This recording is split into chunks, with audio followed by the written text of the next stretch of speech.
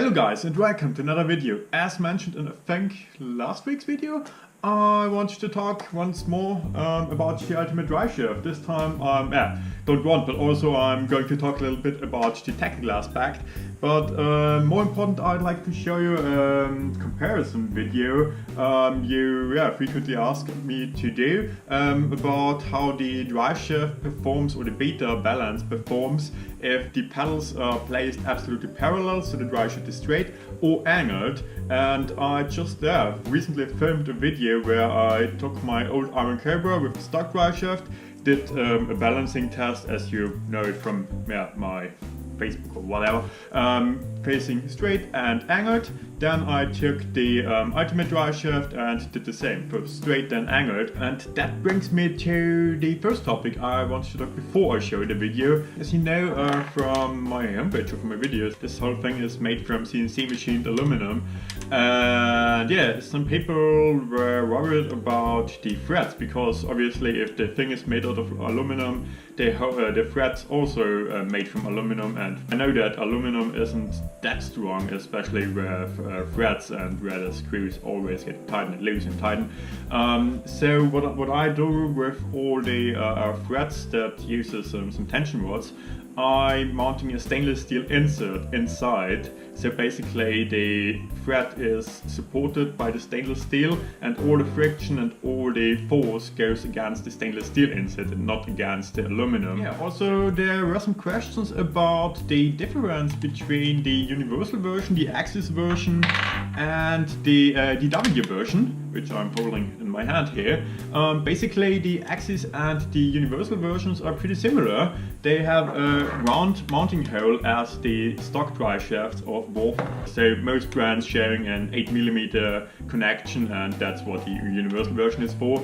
And the Axis has an hexagon connection, but the DriveShaft is also round, but has a little bigger hole. So the difference obviously is that the universal version has a smaller hole, or the regular sized hole to fit most pedals, and the Axis version needs a hole with a large diameter.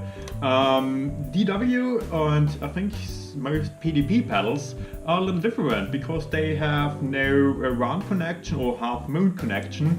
They have a square connection with I think about a 1/4 inch.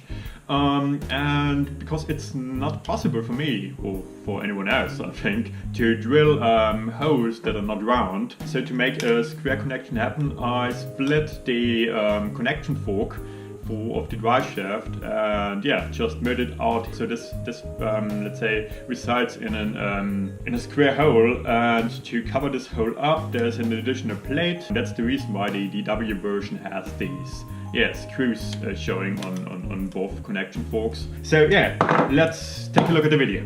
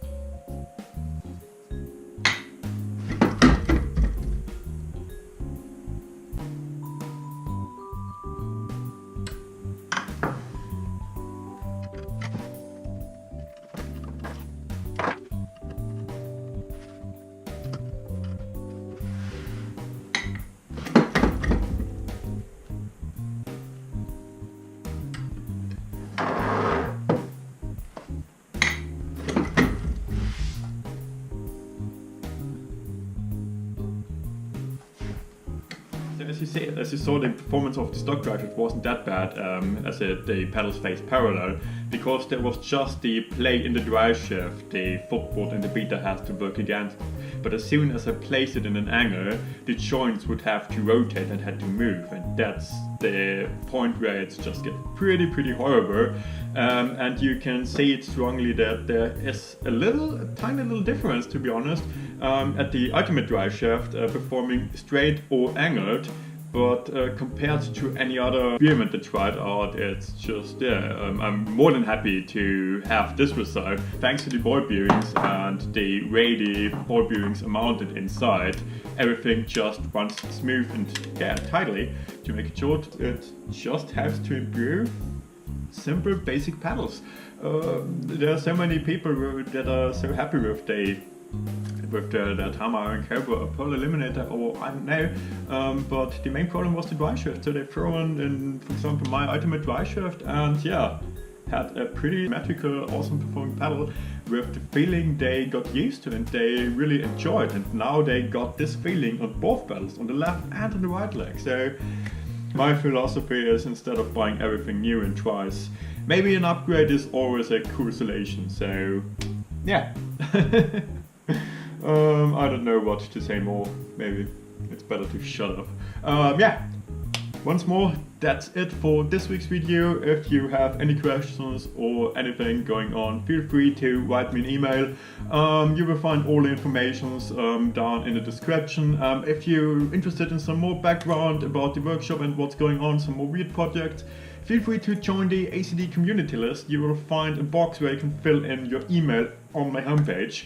Yeah, until then, have a nice day and see you soon. Cheers.